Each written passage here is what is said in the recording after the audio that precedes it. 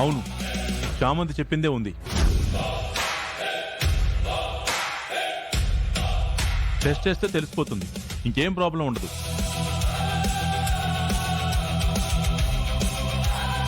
పెళ్లి ఫిక్స్ అయిపోయిన తర్వాత ఈ ఫిట్టింగ్ వెతికి పెట్టావు. ప్రాబ్లం అయ్యేది నాకు కదా. ఏమో నిషా, ఎప్పుడో కాదు ఇప్పుడే చేయొచ్చంట. అంకుల్, ఆయనెవరో ఫారిన్ డాక్టర్ రాశారు, ఇక్కడ చేయరనుకుంటా. ఆ దిగులేవి నువ్వు పెట్టుకోక్కర్లేదు నిషా. గైనకాలజిస్ట్ నా ఫ్రెండ్ ఉంది,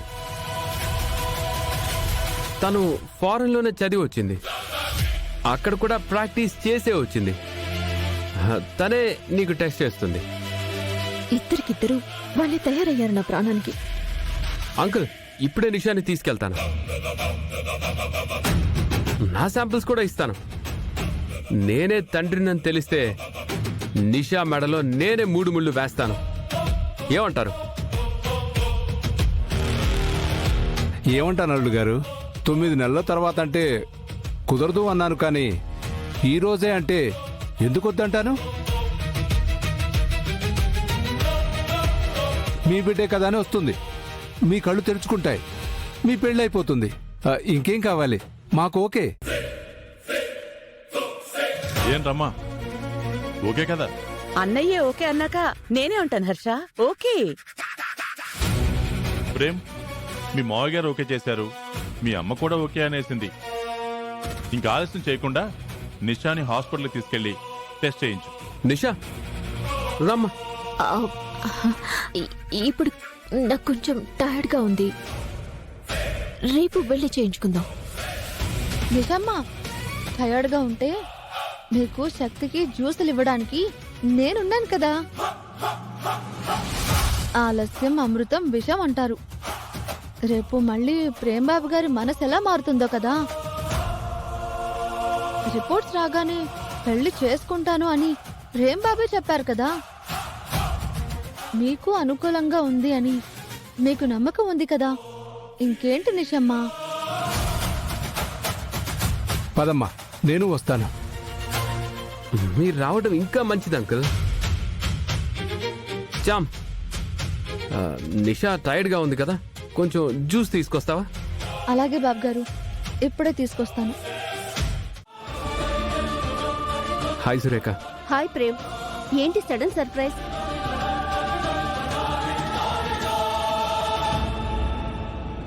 కొంచెం ఇంపార్టెంట్ విషయం. చెప్పు ప్రేమ్, ఏంటి ఆ విషయం?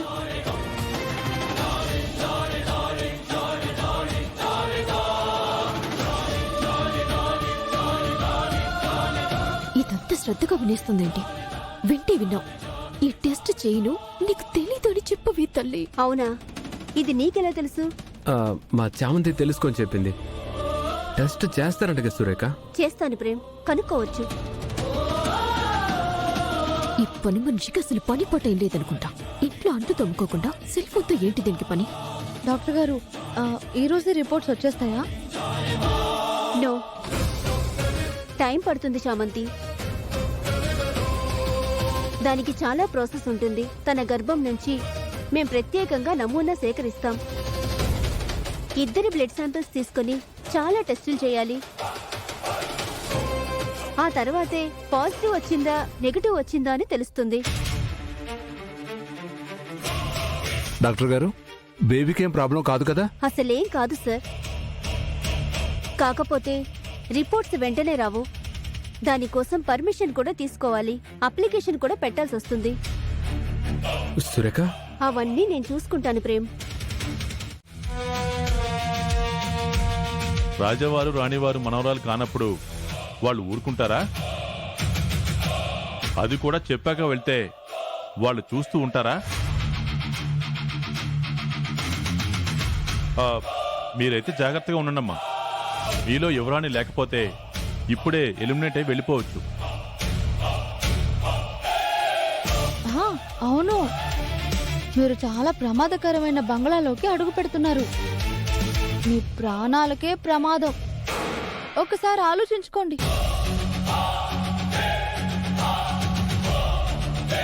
బ్రతికుంటే చాలనుకునే వాళ్ళు ఇప్పుడే ఎలిమినేట్ అయి వెళ్ళిపోవచ్చు.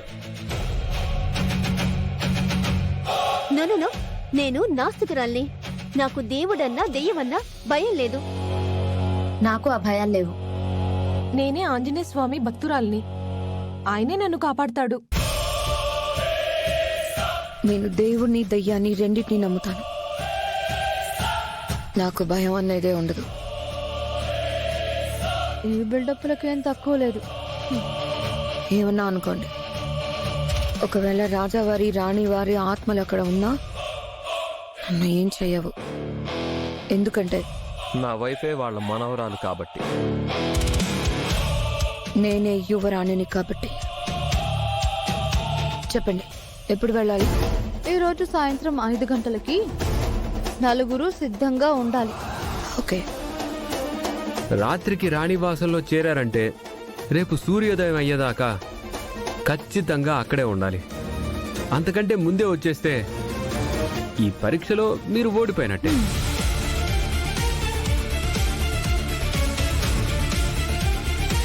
ఓకే. ఓకే అండి.